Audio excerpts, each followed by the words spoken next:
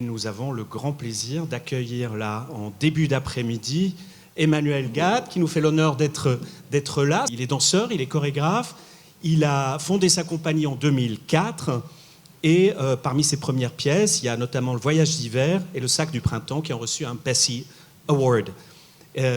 Il s'occupe également de bandes sonores, créateur de lumière, donc je pense que ça va aussi entrer en résonance avec ce qu'on a discuté ce matin avec Sacha Valls et Jochen.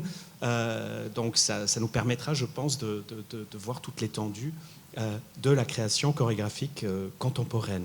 Voilà, donc aujourd'hui, là, donc c'est dans le cadre d'un projet où vous travaillez aussi avec l'ensemble moderne de Francfort, hein, un collectif donc, de musiciens pour interpréter la musique des 20e et 21e siècles.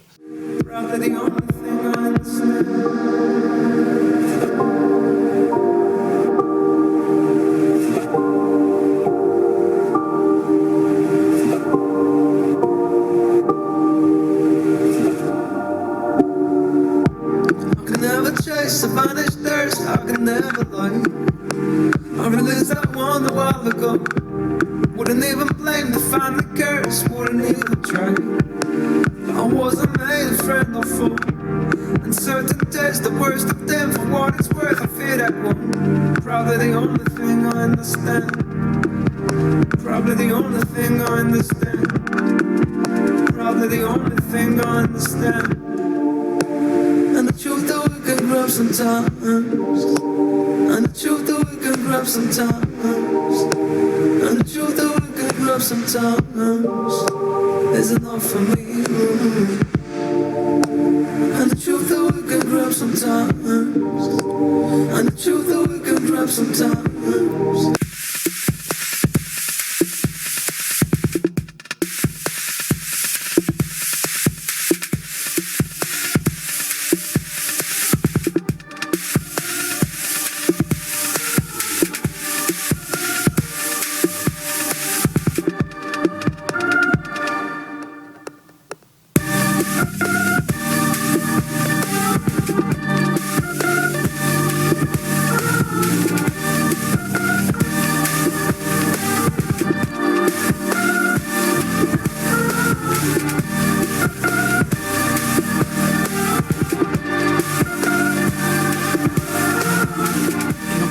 Commencer juste pour nous placer un peu l'extrait qu'on vient de voir, qui n'est pas, hein, donc juste pour le préciser, qui n'est pas la Story Water que vous allez montrer à partir du 19 juillet ici à Avignon. C'était quoi le spectacle? Non, c'était ça n'est une pièce il y a 2 ans qu'on a présentée en première à Montpellier et qui tourne depuis. Mais cet extrait, il est intéressant parce que c'est pas un extrait d'un spectacle, mais des répétitions. Et ça tombe bien avec le thème de la journée, parce que cet état d'action, cet état d'être des danseurs qui est très, très clair sur cette vidéo, où on les voit vraiment dans un état de travail. C'est ce que j'essaye de préserver sur le plateau. En fait, le danger pour moi, c'est que cet état disparaisse et il est remplacé par une chorégraphie qui est fixée, calée, automatisée. En fait, tout le monde, les interprètes, ils savent à chaque moment ce qui va se passer en fait. En fait, ce qui est très touchant, très intéressant et très révélateur, je pense, dans l'état d'esprit des danseurs dans le moment du travail, c'est exactement ça. Ils ne savent pas exactement ce qui va se passer. Ils sont vraiment en train de jouer un jeu. Ils peuvent jouer le jeu parce qu'ils ont des règles qui sont très claires, mais ils ne savent pas, comme on ne sait pas tous ce soir, comment va se dérouler le match France-Belgique. Mais c'est exactement la même chose. Si on savait le score, il n'y aurait aucun intérêt. Ni les joueurs, ni le spectateur, ni personne. Et c'est exactement ce que j'essaye de ne pas perdre dans la logique de mes chorégraphies, de mes pièces, ne pas perdre cet état extrêmement vivant, attentif, vigilant, inattendu. Mais après, c'est un processus qui est assez complexe. Comment pouvoir créer un système en fait qui maintient tout ça en place, mais qui garde cette ouverture. Ça reste ouvert. On ne sait vraiment pas le score, mais on sait exactement les règles. Si on va toucher la balle avec la main, ça ne marche pas. Donc c'est un peu dans cette logique qu'on travaille. Et alors, ce qui me frappe en lien avec ce que vous dites dans la vidéo qu'on vient de voir, c'est la présence des sourires, qui est très, très, très marquante, et puis l'importance des regards dans la manière dont les danseurs alors, interagissent entre eux, mais aussi avec le chanteur-musicien. Est-ce que ça traduit quelque chose de la manière dont vous travaillez avec eux? Effectivement, je pense que le mot-clé, c'est présence. En fait, la présence est le résultat du fait qu'ils sont en pleine action, vraiment. Ça veut dire, dès qu'ils savent en fait ce qui va se passer, la première chose qui disparaît, c'est la présence. Et c'est très clair quand il y a un danseur sur un plateau, s'il est dans une démarche où il sait exactement comment ça va se dérouler, la première des choses qui s'efface un peu, c'est sa présence. Parce que le fait d'être vraiment dans le moment où tu sais ce que tu cherches à faire, mais tu ne sais pas exactement comment ça va se dérouler, et chaque fois ça va être un peu différent. Tu ne vas jamais répéter la même chose. Ça te force à être extrêmement présent. Et cette présence très aiguë, c'est ce que je cherche. Et en fait, c'est un peu de là que je suis arrivé à cette manière de travailler. Parce qu'en fait, ce qui me manquait, c'est cette présence. Ça veut dire qu'il y avait toujours des moments extrêmement intéressants au studio, mais une fois que tout était fixé et calé, on arrivait sur le plateau, ça disparaissait. En fait, la chose qui disparaissait, c'est cette présence. Et donc, avec les années, on a commencé à faire un genre de marche arrière pour essayer de déchiffrer en fait d'où vient cette présence. Et en fait, c'était assez clair qu'elle vient du fait que les danseurs travaillent dans un système qui est clair, mais pas dans une chorégraphie qui est posée et calée. Et c'est ça qui ramène et qui appelle leur présence absolue pendant le spectacle, pendant qu'ils dansent, pendant qu'ils sont sur le plateau. Et que pour moi, et je pense pour le spectateur, est quelque chose d'extrêmement intéressant à observer. Est-ce que pour les danseurs, c'est quelque chose de... Je veux dire, ça les expose aussi à un certain danger que de leur dire, bah, écoute, tu as une marge, il y a l'instant. Bon, l'instant, ça peut être jouissif, mais ça peut être dangereux aussi. Est-ce qu'il faut les rassurer, les danseurs, ou est-ce qu'au contraire, est-ce qu'ils demandent que ça? Ben déjà, il faut les choisir bien. Il faut vraiment les choisir, parce que il y a des danseurs qui vont vraiment aller dans ces directions et qui vont répondre à cette proposition, et d'autres que ils vont être terrifiés par le fait en fait qu'ils ne sont pas dans un schéma qui est fixé et calé. Et donc, ils doivent vraiment être responsables de...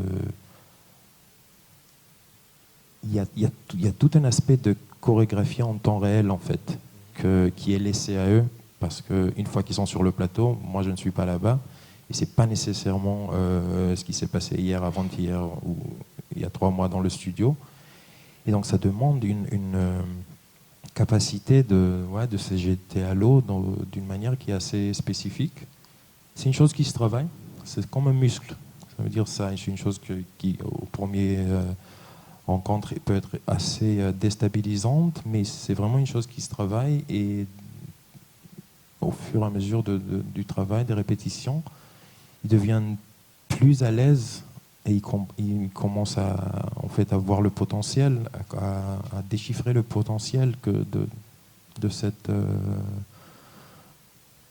mode de fonctionnement. Est-ce que ça veut dire que pour le public qui est là, est-ce que l'acteur ou le danseur, ici en l'occurrence, est-ce qu'il réagit par rapport à un retour du public? On parlait ce matin justement d'une construction finalement commune, hein, du jeu, où finalement le public lui aussi a son rôle à jouer. Est-ce que ça veut dire que concrètement, le danseur réagit par rapport à des sollicitations réelles ou inventées de la part du public?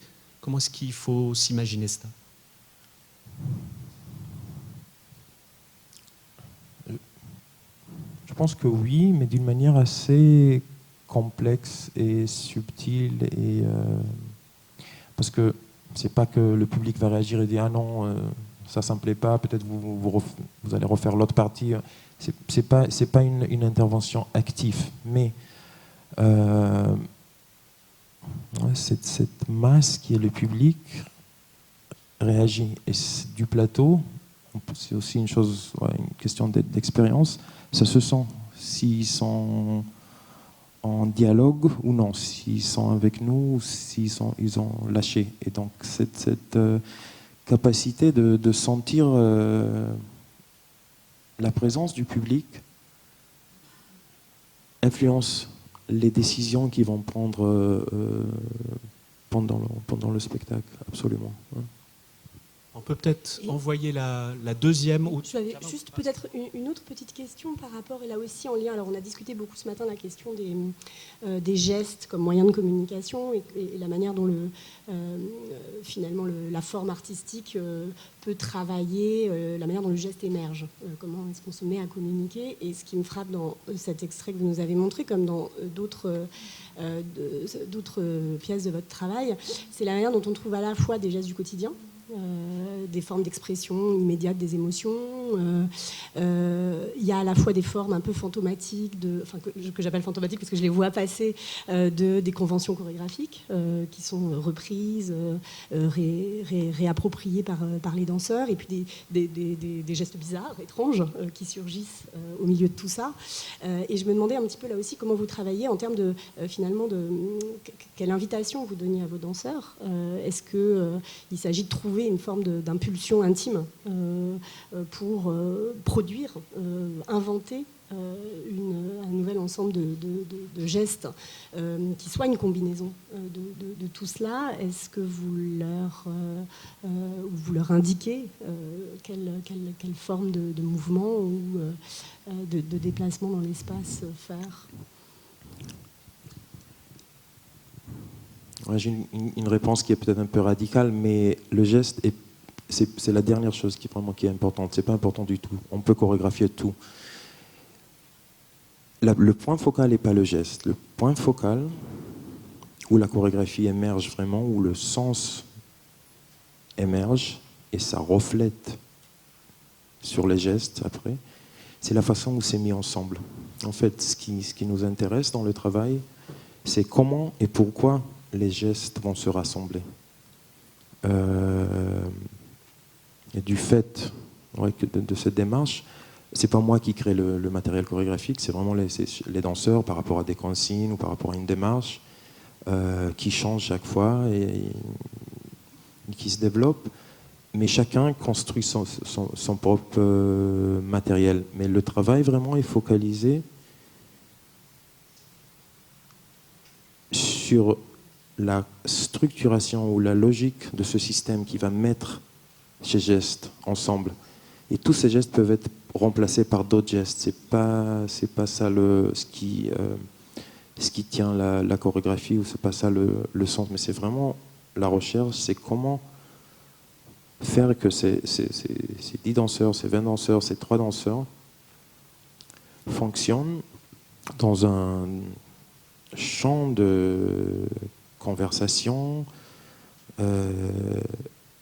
qui a un sens, qui est cohérent, qui fonctionne, qu'on arrive à comprendre le lien entre les danseurs, même si c'est un lien visuel, si c'est un lien temporel, si c'est un lien de dynamique, de musicalité, mais que le sens, en fait, il vient de la façon où c'est structuré. C'est un genre de Lego kinétique, j'aurais dit. Ouais, donc c'est pas les petits blocs du Lego, le jaune ou le vert ou le rouge ou le bleu, mais c'est si on a construit une voiture ou une maison.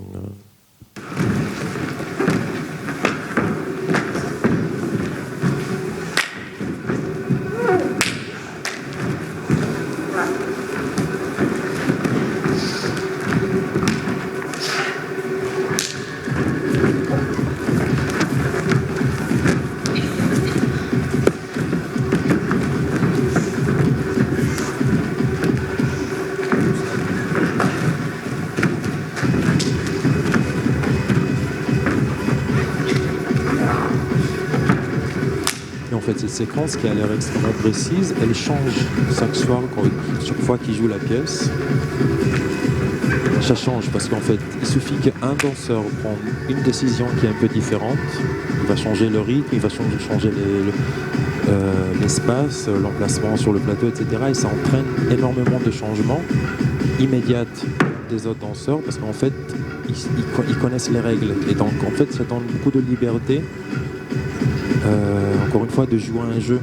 Parce que s'il y a quelqu'un qui va changer un truc, il y a tout le monde qui va réagir et qui vont s'adapter à sa proposition.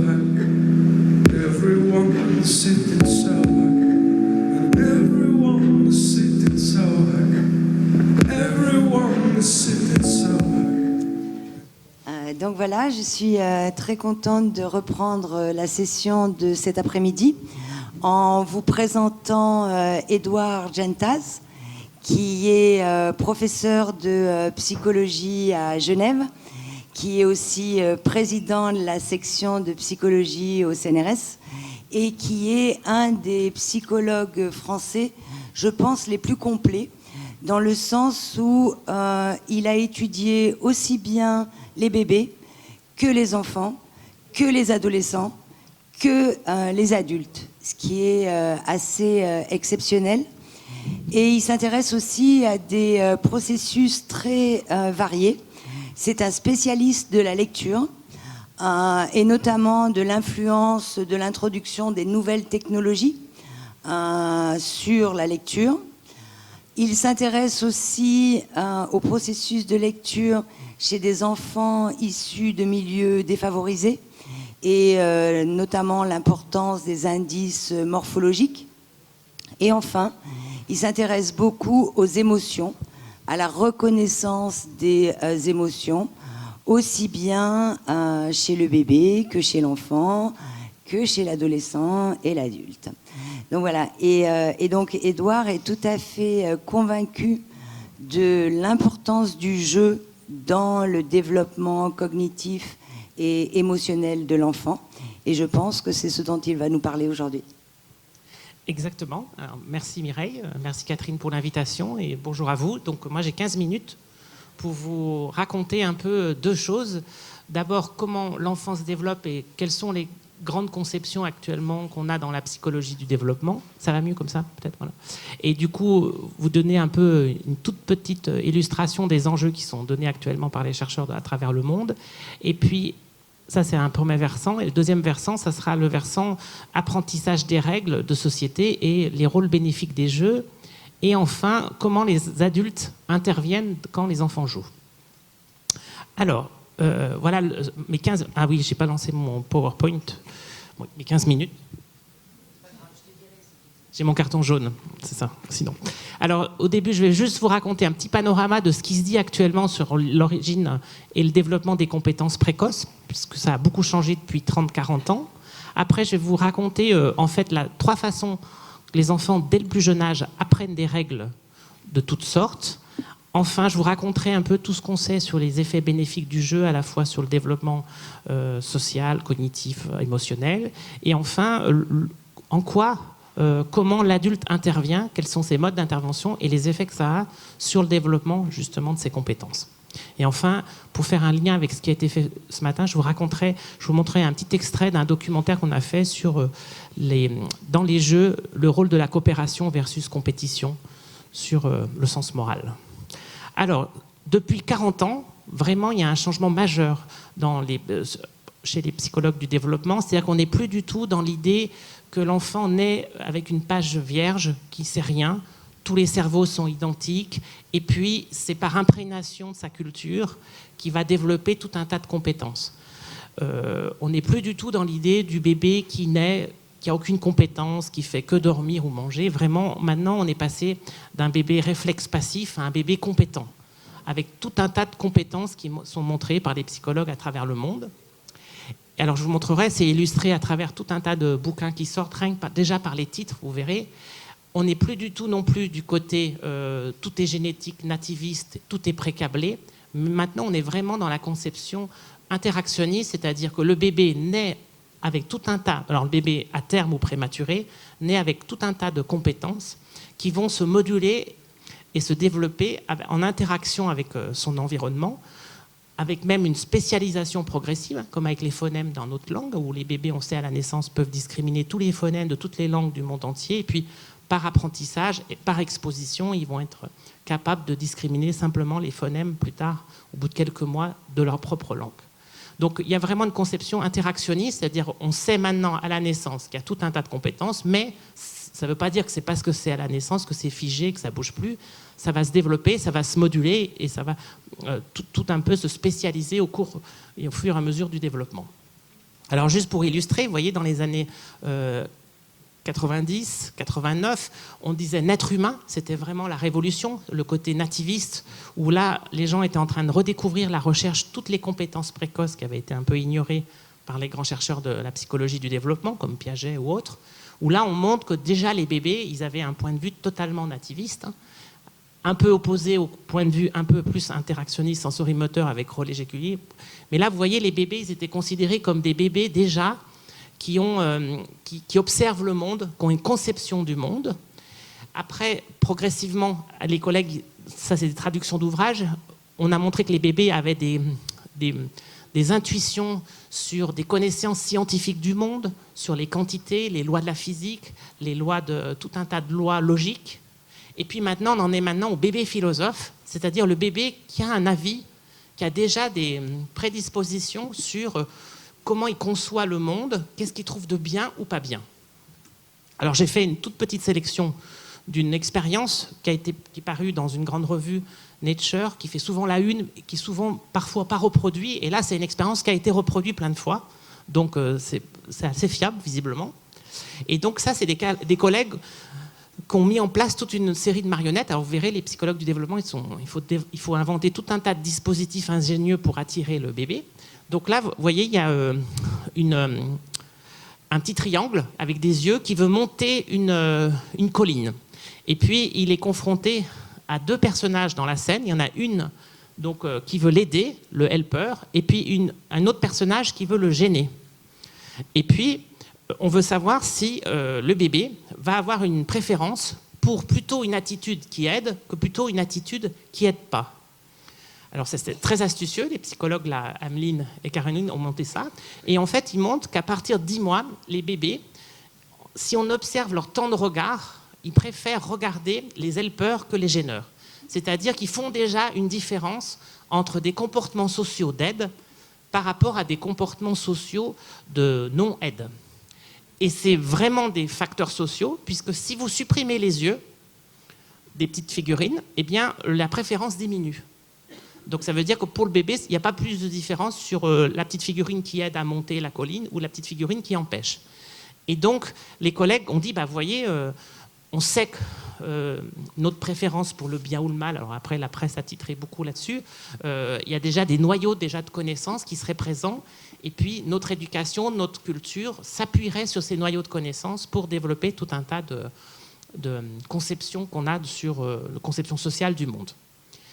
Alors ça c'était un peu, c'est toute une petite vignette, hein. Après il y a tout un tas d'autres recherches, ou tout un tas de, ils préfèrent tous les, actuellement en fait, tout ce qui s'est fait en psychologie sociale, les gens essayent de l'étudier chez les bébés. Donc ils essayent de trouver, par exemple, on préfère les gens qui appartiennent à notre groupe par rapport au groupe extérieur. Enfin, tout ce qu'on sait comme grand phénomène de psychologie sociale, en fait, on essaye de le montrer que ça existe à 6, 7, 8, 10 mois quand on présente des bonnes tâches ou des bonnes conditions expérimentales. Deuxième point, je voulais vous rappeler qu'en fait, quand un enfant, depuis la naissance, il a plusieurs mécanismes, plusieurs formes d'apprentissage. Et alors, nous, on a toujours l'impression que l'apprentissage par instruction et médiation, c'est vraiment le truc que tout le monde connaît, et puis c'est ça qui fait que les enfants apprennent les règles. Mais n'oublions pas qu'il y a d'autres formes d'apprentissage qui sont tout aussi puissantes et qui existent depuis la naissance, et pas seulement, vous avez vu depuis ce matin, pour ceux qui étaient là, vous verrez le lien avec nos collègues primatologues, c'est des mécanismes d'apprentissage qui existent aussi dès la naissance chez les bébés. Le premier, c'est l'apprentissage associatif. C'est quelque chose d'assez incroyable, c'est que notre cerveau, notre système cognitif, il a une capacité incroyable à associer deux choses qui vont bien en même temps. Et c'est très utile, parce que par exemple, ça permet d'apprendre à lire, à associer des phonèmes avec des graphèmes, qui sont totalement arbitraires. Et puis une deuxième chose qui est bien connue, ça permet d'avoir un comportement d'essai et d'erreur. Et puis quand je produis des comportements un peu au hasard, je trouve le comportement qui permet de résoudre la tâche, j'ai un renforcement positif, un bon point, une récompense, et bien je vais produire plus ce comportement que si j'ai, par exemple, une punition, une décharge électrique ou autre, ou si je fais une infraction sur la route, et bien je reçois une amende. Donc cette capacité à créer un lien entre deux événements est extrêmement puissante, et le bébé, dès la naissance, peut apprendre du coup à avoir un comportement qui correspond aux règles qui correspond aux règles de notre société, notre culture parentale, et puis progressivement ça va être la même chose, de l'école jusqu'au code de la route, hein. Et puis c'est quelque chose qui est extrêmement très puissant et qui est associé à un deuxième mécanisme, c'est l'apprentissage par observation et imitation. Donc pour apprendre les règles, j'apprends à associer des comportements. Donc si j'ai des comportements positifs, eh bien, je suis valorisé, je les reproduis. Si j'ai des comportements qui ne sont pas valorisés par la société, bah, du coup, je n'aurai pas les bons points, je n'aurai pas des récompenses, donc je ne vais plus le reproduire. Deuxième comportement, quelque chose d'incroyable, c'est que le bébé, dès la naissance, il est capable d'observer et d'imiter. Et ça, c'est un processus assez incroyable. C'est le fait que vous voyez quelque chose, donc vous faites un codage visuel de la situation, et vous êtes capable, vous, de le traduire avec son propre corps, votre propre corps, pour reproduire ces gestes. Typiquement, quand vous allez en maternité, vous voyez un bébé, la première chose que vous faites, eh bien, en général, c'est vous tirez la langue ou vous mettez votre doigt dans sa main pour stimuler son réflexe de grasping, et puis vous faites des sourires, et puis vous tirez la langue, et en général, il y a le bébé qui vous tire aussi la langue. Et ça, c'est assez incroyable parce que le bébé, avec des capacités visuelles extrêmement limitées, il est capable de repérer que vous avez bougé la langue, vous avez fait un mouvement, et que lui, donc si c'est dans des conditions acceptables, hein, pas trop loin, il est capable de faire la même chose avec son propre corps. Donc il fait un lien avec son système visuel et son système proprioceptif. Ça, c'est quelque chose qui est extrêmement puissant. Ça va se développer pendant toutes les premières semaines, les premiers mois de la vie. C'est extrêmement fort parce que petit à petit, on va savoir imiter des comportements, plus que des gestes moteurs, des intentions. On va comprendre des choses, on va même être capable de faire les mêmes actions que quelqu'un fait avec des objets inappropriés. Ces imitations vont être extrêmement puissantes pour apprendre sur notre monde, pour reproduire. Et puis après, tout au long de la vie, ces imitations, quand vous arrivez dans un environnement qu'on ne connaît pas, linguistique par exemple, vous regardez ce que font les autres, puis vous faites la même chose. Quand vous apprenez un sport, eh bien, on observe, on imite. Quand vous apprenez à écrire, vous observez, vous imitez. Et donc, c'est un mécanisme extrêmement puissant. Et du coup, vous allez apprendre les comportements sociaux. Et ça, c'est les fameuses expériences de Bandura des années 60, qui, lui, du coup, voulait apprendre. Il voulait essayer justement de comprendre comment les enfants apprenaient les comportements violents. Et il a trouvé une magnifique expérience qui a été reproduite, discutée plein de fois, hein, Du coup, il s'est dit, est-ce que les enfants vont être capables d'apprendre à reproduire par simple exposition des comportements agressifs? Qu'est-ce qui se fait, qu'est-ce qui ne se fait pas? Et donc, il a proposé une scène toute simple à des jeunes enfants. Il les a mis dans une pièce, ils jouaient entre eux, et puis il y a une expérimentatrice qui arrive dans l'autre coin de la pièce, puis elle se met à taper sur une poupée, la fameuse poupée Bobo. Vous pourrez voir sur Internet, vous pouvez voir encore des vieilles expériences des années 60. Et puis du coup, ils tapent, l'expérimentatrice sort, ils remettent les enfants sans adultes, et ils vont voir si spontanément, les enfants vont plus taper la poupée que ceux qui n'ont pas été exposés à des comportements violents. Et c'est exactement ce qu'ils trouvent, c'est-à-dire que les enfants qui ont vu un comportement violent, produisent plus de comportements violents que ceux qui n'ont pas vu. Tout le monde produit des comportements violents, mais un petit peu moins que ce qu'ils ont été exposés à l'extérieur. Alors après, je vous passe tous les détails, la quincaillerie expérimentale, le comportement moteur, verbal, les différences filles-garçons, tout ça. Mais globalement, ça veut dire deux choses. À l'époque, c'était vraiment révolutionnaire parce que c'était contraire à la théorie behavioriste. Ça veut dire qu'on apprend un comportement sans récompense. C'est-à-dire que je vois quelque chose et je fais la même chose sans que j'ai besoin d'apprendre à récupérer un bon point ou pas. Donc sans punition, sans récompense, j'apprends ce comportement. C'était contraire à la psychanalyse à l'époque, dans les années 60, puisque du coup c'était le fameux effet cathartique. Si je vois la violence, je vais être mieux après. Donc ça ne marche pas non plus. Et puis maintenant, il y a exactement les mêmes débats pour tout ce qui est les effets des jeux vidéo violents. Vous avez dans la littérature tout un tas de gens qui montrent que pour les comportements affectifs et sociaux, alors c'est très discuté, les enfants, les adultes et les adolescents qui sont confrontés, qui sont exposés à beaucoup de jeux vidéo, ont plus de comportements à l'issue des jeux que d'autres. Alors c'est remis en question, c'est compliqué. Il y a des effets plutôt positifs, cognitifs, perceptifs, quand les gens utilisent beaucoup des jeux vidéo, les ados, et plutôt affectifs et sociaux négatifs sur l'empathie pour les jeux vidéo violents. Mais le résultat, c'est une recherche très dynamique là-dessus. Et puis le troisième, évidemment, c'est l'instruction par médiation, mais ça, c'est vraiment quelque chose que je ne vais pas aborder ici, puisque c'est extrêmement important. C'est le meilleur entraînement cognitif qui puisse exister, c'est l'école, les crèches, les colonies de vacances, tout ce qui va permettre aux enfants du coup d'apprendre par instruction, via un adulte, un éducateur, un moniteur ou autre. Et ça, c'est quelque chose qui est très long et spécifique chez l'humain. Ça nous fait vraiment une spécificité par rapport aux autres animaux. Le pédagogue a vraiment un rôle extrêmement important, puisqu'il y a plein de choses qu'il faut apprendre explicitement, qu'on ne peut pas apprendre spontanément. Et puis, on sait qu'il y a tout un tas d'approches par l'action, le groupe, le multisensoriel, qui peut favoriser ces apprentissages à tous les âges. Et donc, du coup, les gens se sont dit, alors, dans ces premières années, en quoi les jeux, quel type de jeu va avoir comme effet, quel type d'effet va avoir tous les différents types de jeux qui peuvent exister dans les crèches ou dans les petites classes ou même plus tard. Et puis vous avez vu déjà ce matin, on a vu que les jeux c'était vraiment quelque chose de partagé dans toutes les cultures et puis pour beaucoup d'espèces. C'était un plaisir et un moyen de se préparer à la vie pour les jeunes enfants. Et vous allez voir que le jeu, c'est extrêmement puissant pour apprendre tout un tas de choses au niveau de la vie sociétale et pour aussi développer tout un tas de compétences cognitives et socio-émotionnelles.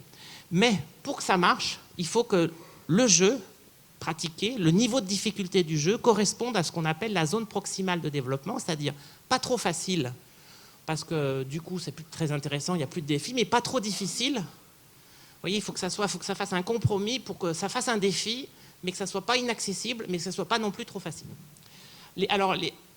Depuis Piaget et puis d'autres, là je ne rentre pas, il y a tout un tas de catégorisation des jeux. Il y a les jeux sensorimoteurs et puis les jeux symboliques. Et dans les jeux sensorimoteurs, il y a deux types de jeux. Il y a les jeux dont tout ce qui est manipulation fine, les pulses et tout ça qui intéresse beaucoup les enfants, les caplas et autres, pour tous ceux qui connaissent. Et puis tout ce qui est activité physique et sportive.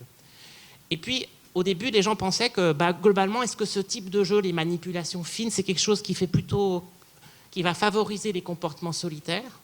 Plutôt, ça va favoriser la concentration, l'attention, mais plutôt des comportements pas asociaux, mais je suis tout seul dans mon coin et je fais mon truc. Et puis, les activités physiques, est-ce que c'est plutôt quelque chose qui va développer les interactions sociales? Alors, quand on regarde la littérature, pas du tout. Même les jeux de catégorie 1 de sensorimotricité, de manipulation, ont aussi non seulement des effets bénéfiques sur tout ce qui est cognitif, à concentration, attention, mais aussi tout un tas d'effets positifs sur les interactions avec les pairs. Et on sait aussi que les activités physiques ont tout un tas d'activités extrêmement positives sur les capacités cognitives. Il y a tout un tas de chercheurs maintenant qui montrent que le grand nombre d'activités physiques et sportives, de jeux sportifs, eh bien, favorisent tout ce qui est développement des fonctions exécutives, de tout ce qu'on appelle la mémoire de travail, l'inhibition, la planification, enfin extrêmement positif pour les jeunes enfants et les adolescents. Deuxième catégorie, c'est les jeux symboliques. Alors ça, vous connaissez très bien, c'est tout ce qui s'appelle les jeux du faire-semblant, qui intéressent énormément et qui sont pratiqués dans les crèches massivement. Il y a tout un tas d'ateliers ou dans les écoles maternelles, et c'est presque fini. Et là, c'est extrêmement puissant, puisque c'est quelque chose qui permet de simuler la réalité et d'exercer, et là, de tout un tas de fonctions à la fois attentionnelles, de concentration, de régulation des émotions, parce que je peux faire comme si. Et donc, je dois créer différents points de vue, et c'est extrêmement puissant pour toutes les dimensions du développement. Et les enfants jouent énormément au jeu du faire-semblant. C'est même préconisé. Il y a même maintenant, j'arrête pas de dire, laisser les petits en maternelle, les laisser jouer à faire semblant, sans intervention de l'adulte, parce que c'est vraiment quelque chose qui permet de simuler le monde plus tard, alors du monde réel comme du monde virtuel. Et puis, ça peut être très très important parce que justement, ils vont comprendre tout un tas de relations sociales et notamment tout ce qui est les concepts d'ambiguïté, mensonge et autres qui existent après dans la vie. En résumé, eh bien, les jeux symboliques, c'est vraiment extrêmement important dans tout ce qui est les capacités cognitives et socio-émotionnelles. Et puis, c'est vraiment quelque chose qui permet de comprendre l'intention de l'autre et d'aider à développer tout un tas de compétences émotionnelles, c'est-à-dire de régulation des émotions, de compréhension des émotions sur les autres et sur soi-même. Et là, je voulais juste vous terminer là-dessus, sur un petit extrait, et puis c'est fini après. Là, je vous ai fait une catégorie de jeux, mais on a reproduit pour une émission de télévision un jeu coopératif, et là, c'était pour faire un clin d'œil avec mes collègues de ce matin, sur, vous savez qu'on peut faire différents types de classifications de jeux, et puis il y a une classification qui existe, jeu compétitif, jeu coopératif. Et quand on propose... qui fera qu'il partage le fruit d'un effort et d'une coopération. Un effort... Le crayon, c'est celui qui... Alors c'est une expérience qui a été créée par Thomas Zello. Est-ce que tu as trouvé ça? On a reproduit ça pour un documentaire français. Donc la tâche... Donc le jeu, consiste à tirer...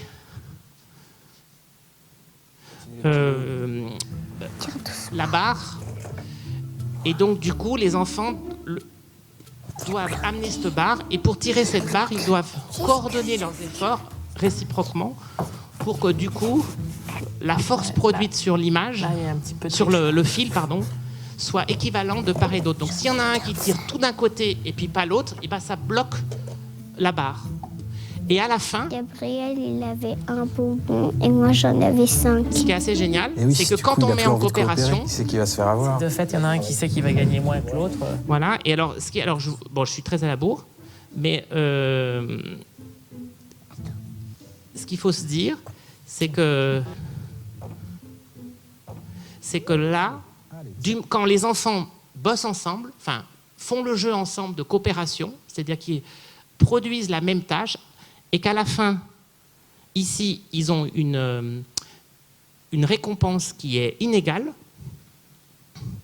comme par exemple, il y en a un qui a 5 bonbons et puis l'autre, il en a 2, eh bien les enfants, spontanément, ils partagent.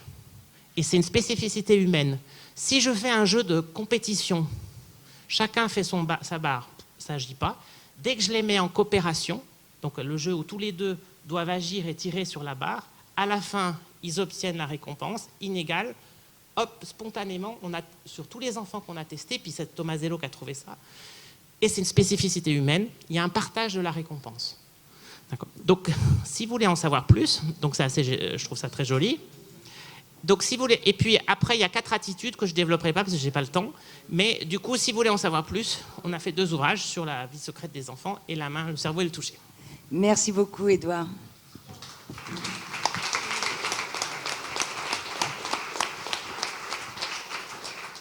pour reprendre le fil de tout à l'heure, une des questions, et je pense que ça peut aussi nous permettre de relier à ce qui vient d'être présenté, on a parlé du jeu. Tout à l'heure, vous avez aussi parlé beaucoup de règles. Et je voudrais un peu savoir, concrètement, c'est quoi les règles dans le type de création qui sont les vôtres? Vous avez dit, les règles, finalement, ça vient contrebalancer un peu cet espace d'improvisation, de liberté. C'est quoi concrètement dans une création telle que celle dont on vient de voir quelques extraits? J'avoue que pour moi, je vois pas trop la distinction entre jeu et pas jeu. Tout cet événement, c'est un jeu. Il y a des règles qui sont posées, après on les a loupées un peu, donc c'est arrêté, on est revenu en arrière. Mais on a fait tout ça dans un contexte de règles. Ça veut dire on est tous d'accord à peu près sur les règles de ce genre de jeu. Ouais. Et je pense que chaque contexte humain, où il y a un groupe de personnes, il y a des règles qui sont posées, soit ils sont écrits ou ils ne sont pas écrits, mais qui sont très claires. Donc je ne pense pas que c'est un système qui est cette idée ou cette notion de règles et de jeu qui est limité à un contexte. Soit c'est des jeux de sport compétitifs ou c'est des jeux d'enfance. Je pense que toute société humaine, groupe de gens, fonctionne dans ce même sens. Après, une fois on dit c'est un jeu et après on dit ah non, on travaille dans une banque, mais une banque c'est un jeu. L'économie c'est un jeu. C'est tout, et ça fonctionne tout, ça a exactement la même logique. Et donc, je pense que quand on est enfant et on joue de jeux, c'est juste un apprentissage. Parce qu'après, ça ne va pas s'arrêter, les jeux. Ils vont juste transformer, on va être payé pour jouer les jeux, mais ça va rester des jeux, et ça reste des jeux. Si on est dans un couple, c'est un jeu. Si on a une famille, c'est un jeu. Si on fait partie d'une équipe qui gère un festival, c'est un jeu. De toute façon, c'est un jeu. Ça veut dire c'est un groupe de gens qui sont entouré d'un contexte, et ce contexte est fait de règles. Donc il n'y a pas de contraintes à proprement parler pour des règles, travailler. Règles, d'habitude, c'est des contraintes. C'est des contraintes, et après, c'est pas évident de poser les bonnes contraintes, de comprendre quelles contraintes vont produire une situation ou un système qui sera efficace par rapport à ce qu'on veut obtenir. Et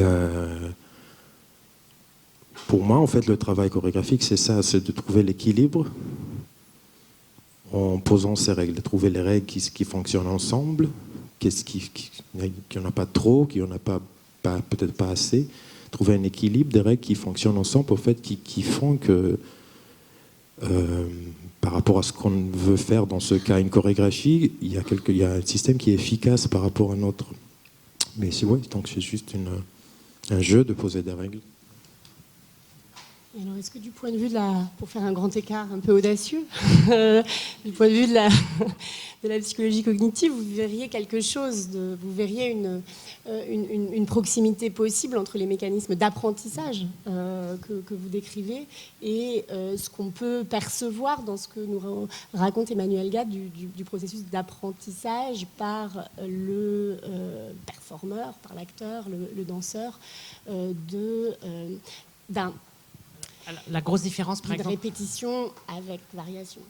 Oui, alors la grosse différence, par exemple, avec moi, quand je raconte les enfants et puis les performeurs, c'est que là, on est dans ce qu'on appelle des systèmes experts, des gens ultra entraînés qui maîtrisent déjà toutes les règles et qui, du coup, peuvent jouer avec en interaction et puis faire émerger une nouvelle configuration.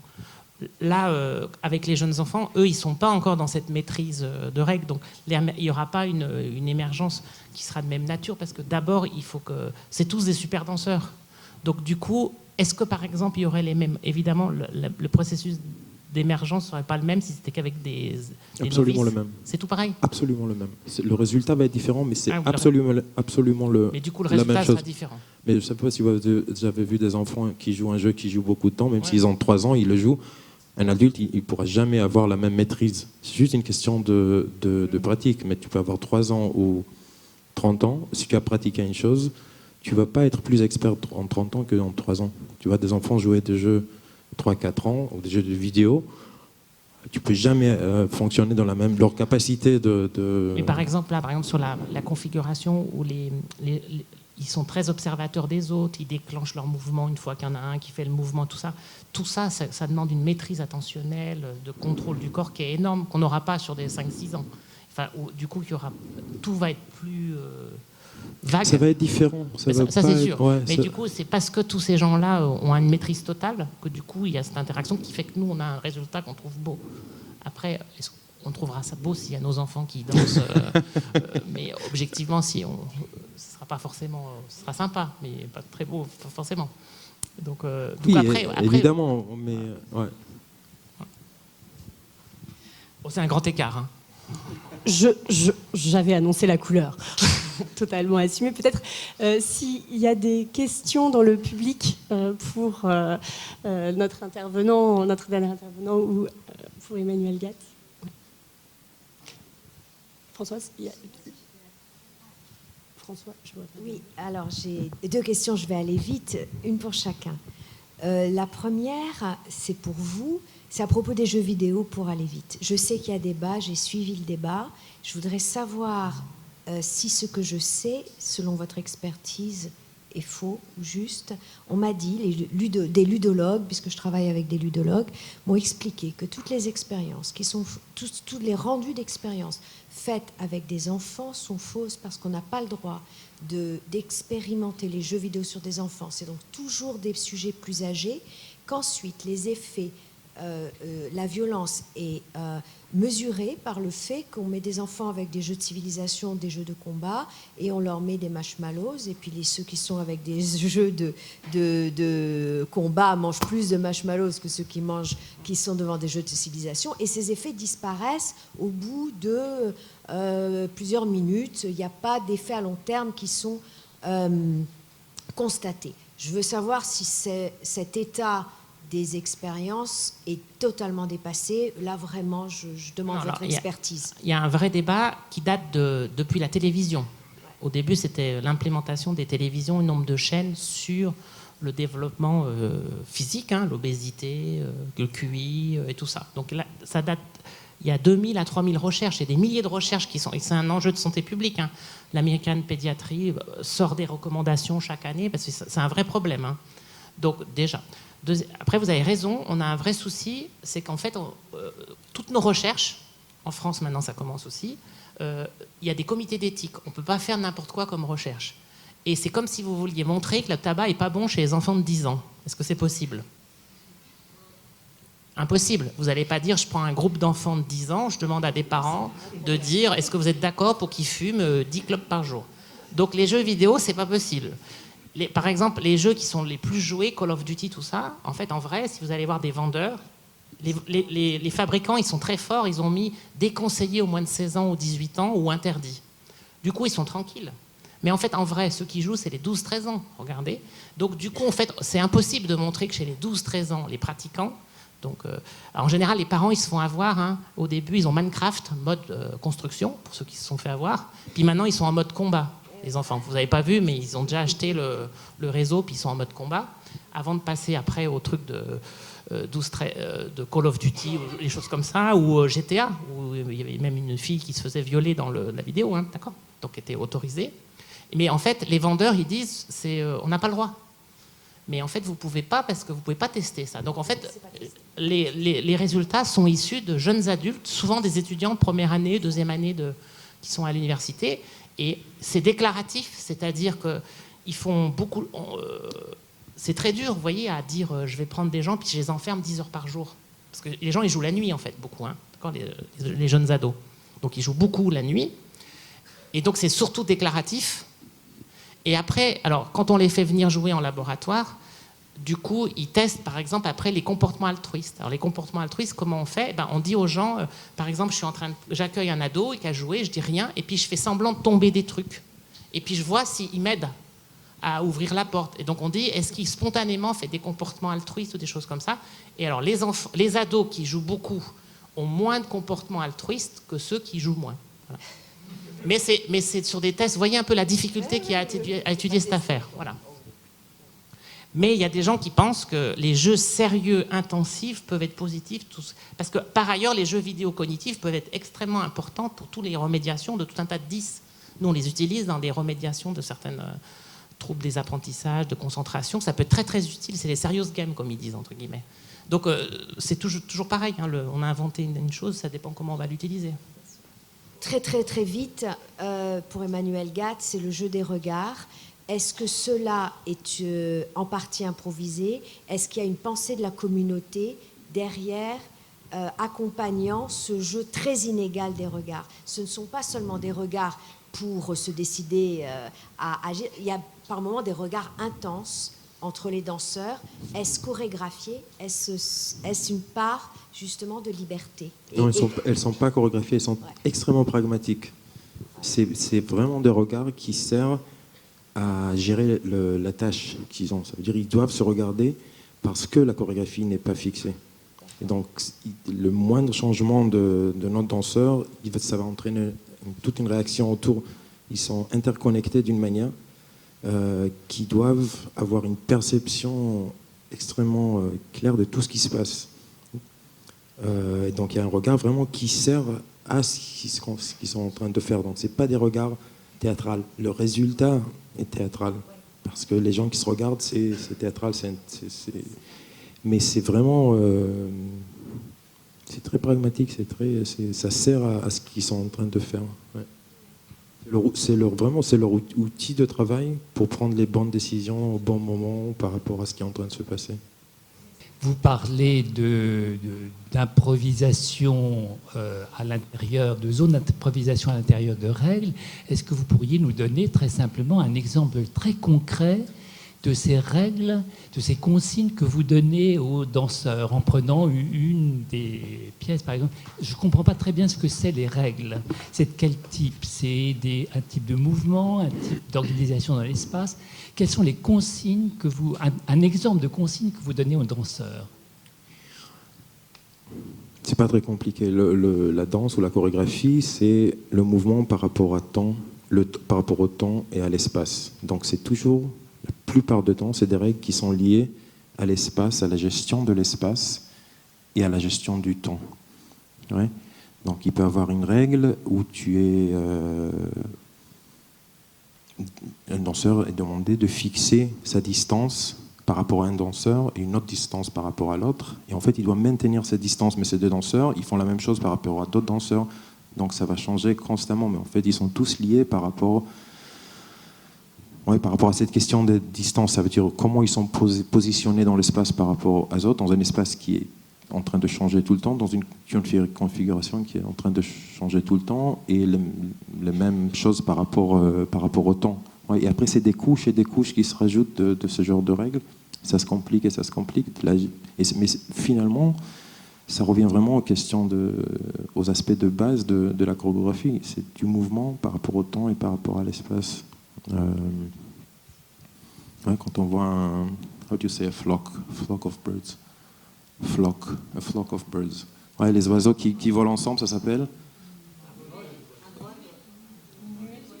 Ouais, donc ils ne se rendent pas un dans l'autre. Ça veut dire il y a tout un système où c'est 3000 oiseaux, ils sont en train de gérer l'espace par rapport à l'espace, leur mouvement par rapport à l'espace au temps pour voler dans la même direction. Et ils font des figures extraordinaires, mais en fait, ils ont des règles. Ça veut dire ils ont des capacités de gestion de la distance et dans le temps et la vitesse, etc., pour que ça crée cette chorégraphie, entre guillemets.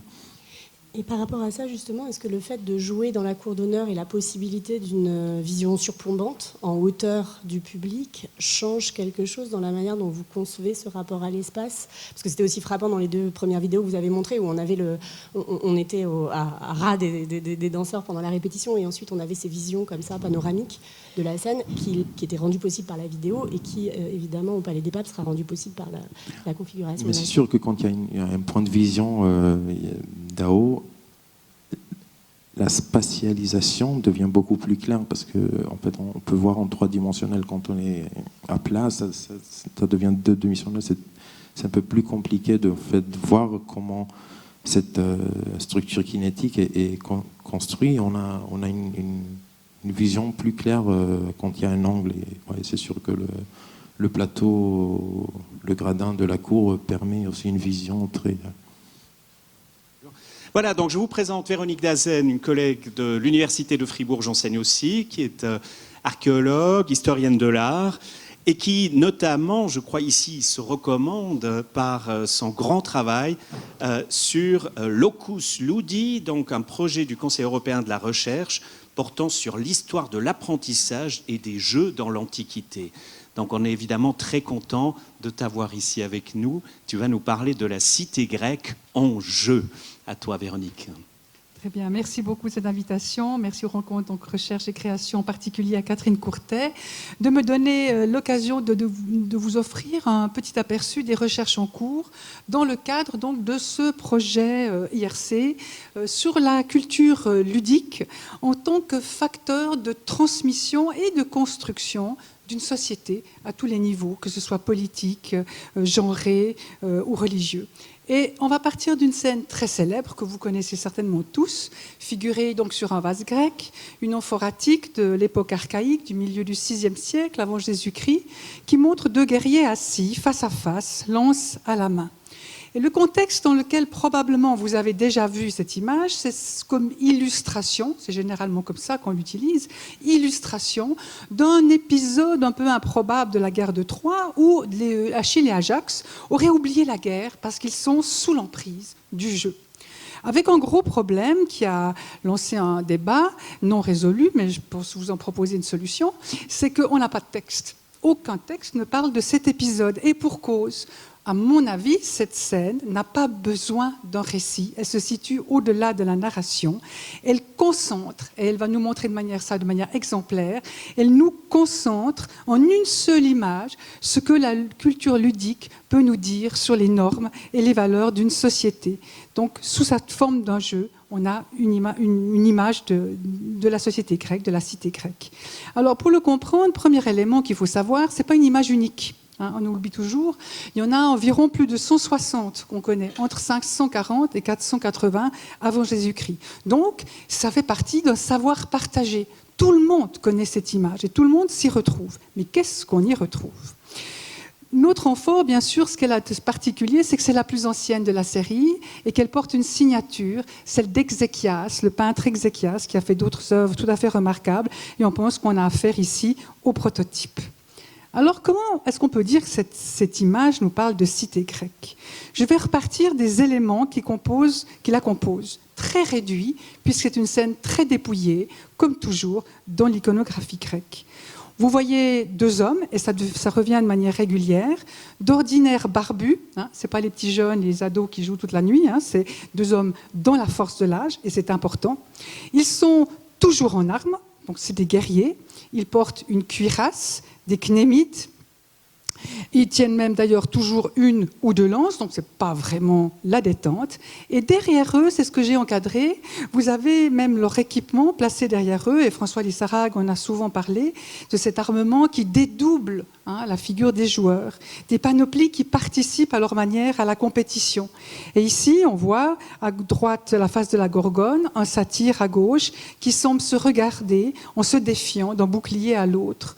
Et on voit aussi tout ce jeu de légères différences, comme la tête du personnage de gauche, je ne les nomme pas encore exprès, qui dépasse celle de l'autre à droite, tandis que celle de l'autre qui n'est pas casquée, donc qui est plus petit, il a son casque qui est posé sur le bouclier et qui regarde l'extérieur de la scène comme s'il se détournait d'une défaite imminente, donc une sorte d'annonce.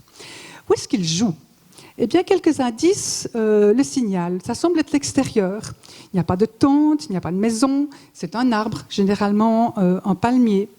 Parfois, il y a une sorte d'épiphanie. C'est Athéna qui apparaît tout en armes au milieu des joueurs.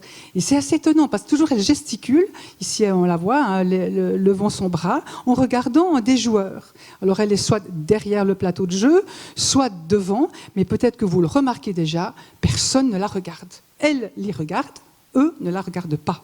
Donc c'est une présence divine, invisible, qui n'est là que pour le spectateur du vase. Alors qui sont-ils ? On peut passer maintenant à leurs noms. Quand les noms sont indiqués, il y a environ une dizaine d'inscriptions sur les 160 vases, c'est toujours les deux meilleurs guerriers homériques. Achille, la figure principale de l'Iliade, et son cousin, Ajax le Grand, donc deux modèles de vertus héroïques qui vont connaître le même destin à Troie c'est mourir à trois, mais pas de la même manière. Alors, on peut noter la façon dont les inscriptions font partie de l'image, hein, puisque le nom d'Achille suit le casque, le nom d'Ajax va mener du casque d'Achille à la lance. Ce qui est très important, c'est que dans toute cette série, la scène fixe un jeu en cours. Et on en a parlé aujourd'hui. On est dans un moment qui n'est encore pas terminé. Ils ont cette pose très concentrée. Ils ont ces gestes. Il y a toujours une gestualité. L'issue est suspendue. Hein. Donc on est dans un moment d'incertitude quant à l'issue du jeu. Et ça, c'est un élément très important de cette image. Alors, parfois, on en voit un, comme ici à gauche, qui saisit un pion, l'autre gesticule. Pourquoi? Est-ce que c'est pour lui indiquer un chiffre, pour l'inviter à jouer, comme ici aussi? Et parfois, on a des inscriptions qui nous donnent clairement les résultats. Sur l'amphore d'Exéchias, Achille à 4, Ajax à 3. Et ces indications sont importantes. Alors, ce n'est pas pour le 4 et le 3, mais il y a des variantes avec 2 et 5. Et 2 et 5, c'est impossible avec un dé. Ils sont en train de jouer avec des osselets. Et les osselets, c'est donc ce petit os qui est dans la patte des capridés et qui servent de générateur de hasard à la manière d'un dé. On a un vase, et ça vous le verrez dans l'exposition qui sera présentée à Lyon, qui va s'ouvrir le 20 novembre, qui fait partie du projet Locus Ludi. Ce Kiatos, donc qui se trouve à Bruxelles, nous offre un bonheur, c'est le plateau vu d'en haut. Et on sait comme ça à quel jeu il joue. Eh bien, il joue au jeu des 5 lignes. Vous voyez les pions qui sont répartis sur ces 5 lignes, face à face, dont on peut reconstituer les règles, c'est pas facile, hein, mais on sait qu'on joue avec effectivement un dé ou des osselets, donc un générateur de hasard, et qu'il faut déplacer les pions. Ça, c'est juste pour vous montrer comment on reconstitue tout cela, et c'est pas facile. C'est un jeu qui aurait été inventé par un grec. Et là, ça devient important. Palamède, un grec pour ses compagnons d'armes à 3. Et Sophocle nous dit qu'il a inventé le plus ingénieux des passe-temps pour les guerriers après la fatigue de la bataille, les pions et les dés, agréable remède à l'inaction. Cette notion de remède, on pourra y revenir parce que le jeu est vu de manière très positive dans le monde grec. Mais très longtemps, donc, on a dit, eh bien, c'est pas seulement un remède à l'inaction, c'est l'inaction tout court. Ils ont oublié la vie réelle, hein, un petit peu comme dans cette photo de la Première Guerre mondiale où on voit des soldats qui s'amusent à jouer pour soulager ce temps de la guerre, ou bien comme ici avec ces soldats russes, une photo des années 2000. Et donc c'est comme ça qu'on a fait cette supposition d'un récit qu'on n'a jamais trouvé. En fait, si je reviens sur la scène, on voit bien, donc on a ces boucliers qui sont posés, il y a donc une pose, mais relative, puisqu'ils sont toujours en armure, ils tiennent toujours leur lance, donc c'est une vigilance toujours en aguet. Et l'épiphanie d'Athéna, certains l'ont interprétée comme apportant son soutien à Achille, mais en réalité, elle pourrait dire encore autre chose, si on se dégage de cette intention narrative. Elle pourrait dire l'importance de la ville, puisque c'est la ville d'Athènes, hein, qui est symbolisée par Athéna, et là aussi on pourra en reparler plus tard. On est à l'époque du règne de Pisistrate, qui est le tyran d'Athènes. Là, c'est la dimension politique de ce jeu qui est en scène, peut-être, puisqu'on sait par d'autres textes que les Athéniens de vers 540 adore jouer, c'est la passion de la ville d'Athènes. Athéna est la patronne de Pisistrate, donc c'est à la fois une façon d'amener le démos, donc le peuple à aimer ses héros qui vont transmettre des valeurs aristocratiques, celles de Pisistrate. Alors pourquoi est-ce que ce sont des valeurs aristocratiques et qu'est-ce que ce jeu nous apprend sur ces valeurs ? Alors, oui, ça c'était juste pour montrer une scène où ceux qui pensent qu'elle vient leur rappeler le combat, c'est parce qu'il y a un combat sur l'autre face, mais il n'y a pas forcément ce genre de lien, c'est pas une BD, hein, on est dans autre chose. Alors, il y a un petit passage de l'anthologie qui nous dit bien, alors c'est un peu comme le jeu de foot, hein, on le sait bien, on dit toujours que ce jeu-là va éviter des guerres, et bien c'est un peu de cette façon-là qu'on va percevoir le jeu de plateau, hein, Palamède, tes os sculptés auraient dû faire les pièces de ton jeu savant, cette techné née de la guerre, c'est de la guerre, oui, que tu nous l'inventas, puisqu'il va l'inventer au moment de la guerre de Troie, cette autre guerre amie sur un terrain en bois. Donc c'est une guerre amie entre deux amis, c'est-à-dire entre les plus proches. Voilà. Et en fait, c'est là toute l'importance de l'invention de Palamède. Cette guerre a mis sur un terrain en bois. Et on rejoint un concept qu'on a évoqué ce matin, c'était l'idée de l'ordre et du désordre. Pour les Grecs, le plateau de jeu représente l'ordre de la cité. Et les deux joueurs, en fait, symbolisent ça. Deux personnages qui sont conformes à cet ordre de la cité, qui obéissent à leurs règles. Et Palamède est un homme qui va inventer, non seulement d'ailleurs le dé, mais qui va inventer aussi toutes sortes de choses qui se rapportent à cet ordre de la cité, à la civilisation. C'est un héros civilisateur. Il invente les lois écrites, 40 de justice, les lettres de l'alphabet, les signaux de feu et les jetons, passe-temps sans danger. Donc, pour moi, la concentration totale des héros, elle va exprimer la façon qu'ils ont de s'entraîner sur ce terrain de jeu qui est sans danger, hein, comme on le dit, mais ils vont entraîner un sens tactique, ils vont entraîner la maîtrise de soi et le contrôle des émotions dont on a parlé. Et c'est important de réaliser qu'il ne s'agit pas de véritables adversaires, c'est pas un Grec et un Troyen, c'est deux Grecs et c'est même deux amis. C'est deux amis jusqu'à la mort, c'est des compagnons d'armes solidaires. Et là, on rejoint le concept de l'agone. C'est l'agone, la compétition, la vraie compétition qui ne peut se faire qu'entre égaux. Alors, voilà. Et donc, l'usage d'un générateur de hasard là-dedans est important, parce que la notion de générateur de hasard, que ce soit un dé ou que ce soit un osselet, c'est une façon de dire que l'issue ne dépend pas que de son habileté tactique, mais qu'elle dépend aussi des dieux. D'où peut-être aussi la présence d'Athéna, cette figure Polyade.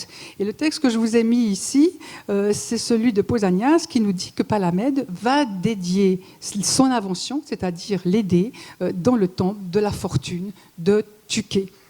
Et ça nous rappelle que lancer le dé ou lancer l'osselet, il y a dans la dynamique de ce lancer une valeur propitiatoire, hein, c'est agir sur cet indéterminé, c'est pour ça que c'est très important que la scène n'est jamais finie, on ne sait pas qui va gagner, on joue sur l'indéterminé pour attirer la chance, pour attirer Tuké. Alors, je finis avec un petit texte qui nous montre le rôle de l'enfant, parce que je vous ai dit, c'est toujours deux grands barbus hein, qui jouent, donc les meilleurs des meilleurs, les plus forts, hein, mais les valeurs que véhicule cet exercice du jeu d'Achille et Ajax, on va le revoir reporté dans un autre cadre, un cadre éducatif. J'ai cherché où on avait trouvé ces scènes en contexte, très difficile. Un contexte grec, c'est le cimetière du Céramique, et ces 4 vases que vous voyez là, ils viennent de tombes d'enfants. Moi, je vous parie que c'est des tombes de garçons, mais enfin, on peut se tromper, hein, mais ça pourrait bien être des tombes de garçons. Donc, des enfants qui, par la vue, alors vous allez me dire que c'est pas évident, mais c'est pour ça que je vous ai montré la série, hein, parce que quand on est la série, on peut la reconstituer. Donc, un enfant qui, par là, va lui aussi intégrer, par le jeu qu'il doit sans doute faire en plus, hein, l'idéal aristocratique, l'idéal guerrier aussi que représentent Achille et Ajax. Et ce qui est intéressant, c'est que dans ce jeu-là, c'est cette façon de s'initier par le jeu à ces valeurs, on la trouve chez Platon, dans la République, qui nous dit on ne peut devenir bon joueur au pion ou au dé si l'on ne s'applique pas dès l'enfance et si l'on ne joue qu'à ces moments perdus. Donc c'est important de jouer, parce qu'on intègre toutes ces valeurs-là. Valeurs d'apprendre justement cette compétition, apprendre à gagner, apprendre à perdre. Et là, c'est juste pour vous montrer la dimension politique de ce jeu. C'est Aristote dans la politique, qui pour dire quelqu'un qui est isolé, quelqu'un qui est vraiment hors de la cité, on va dire qu'il est comme un pion isolé. Donc c'est vous dire que cette image du jeu est extrêmement prégnante. Et voilà, encore une fois, les petits-enfants, c'est la Première Guerre mondiale. On va utiliser cette image d'enfant qui joue et qui intègre les valeurs de la cité, mourir pour la cité. Et voilà, encore la dernière chose, c'est un monument funéraire trouvé à Érétrie, qui est encore inédit, où on voit 2 hommes qui jouent. C'est un monument funéraire. Je pense que ça n'a rien à voir avec la vie et l'au-delà. Ça a à voir avec autre chose, c'est-à-dire le fait d'être un homme intégré à la cité. Alors, je ne sais pas si on a le temps, mais il y a un petit film très court de Steve Simons et Sonia Nevin qui vous montre comment réguler ses émotions ne va pas de soi et comment on peut aussi lire, oui volontiers, aussi lire Achille et Ajax. Et vous saurez que Steve Simons et Sonia Nevin vont réaliser encore une autre série de films animés dans le cadre du projet IRC.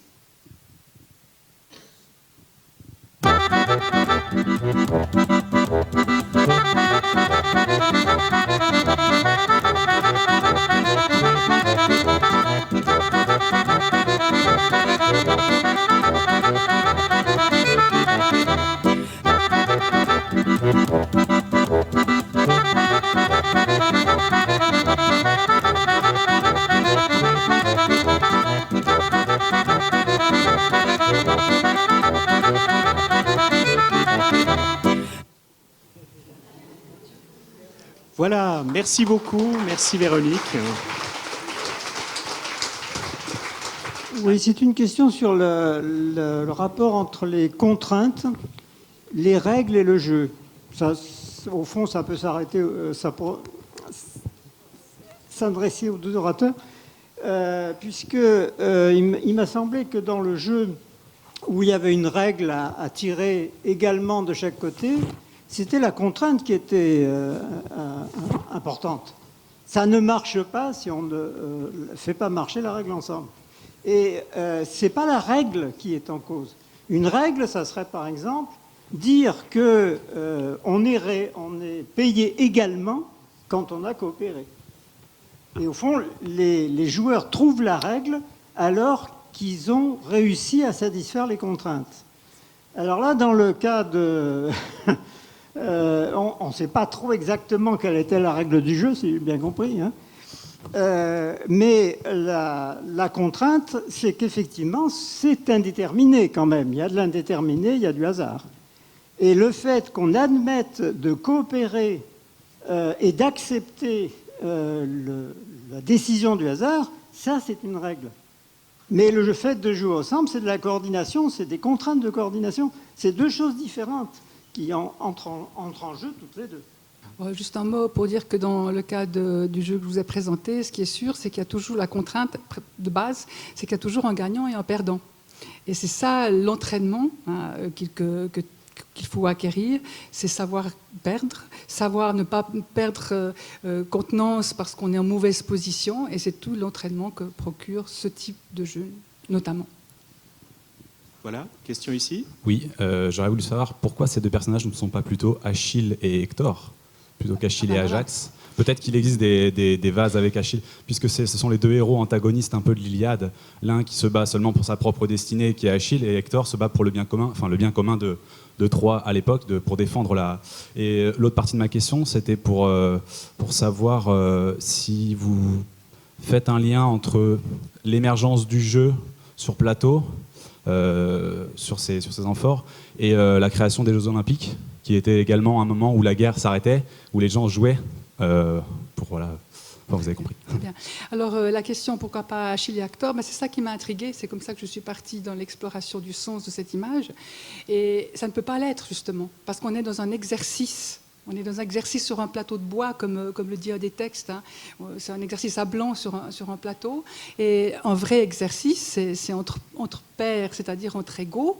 Et c'est pour ça que c'est les deux meilleurs. Entre eux, vraiment, ils sont quasiment à égalité. Après, il y a en plus toute leur histoire. Mais ça ne peut pas être Achille et Hector, justement pas, puisqu'on est dans cet exercice-là, entre les meilleurs. Et puis les Jeux Olympiques, ça c'est aussi une des tâches un des sujets qu'on va tenter de dénouer dans ce projet, c'est de retourner dans la définition émique de qu'est-ce que jeu. C'est nous qui faisons l'amalgame en disant Jeux Olympiques. Hein, parce que les anciens n'utilisent pas ces termes-là. Donc est-ce que paizo, qui veut dire jouer, ça veut dire jeu? Non, on n'utilise jamais ce terme-là pour les Jeux Olympiques. D'ailleurs, quelqu'un avait fait remarquer qu'aux Jeux funéraires, on ne joue jamais à la balle, on ne joue jamais... Non, c'est autre chose. On est dans le jeu athlétique et c'est une autre catégorie.